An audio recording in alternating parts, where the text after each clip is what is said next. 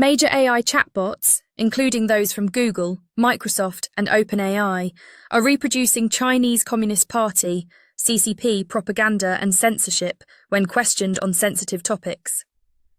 The American Security Project analyzed 5 popular large language model, LLM-powered chatbots: OpenAI's ChatGPT, Microsoft's Copilot, Google's Gemini, DeepSeek's R1, and xAI's Grok.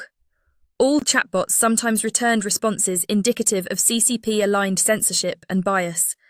Microsoft's Copilot was found to present CCP propaganda as authoritative information, while xAI's Grok was more critical of Chinese state narratives. The issue stems from the vast datasets used to train these models, which include manipulated public opinion from China.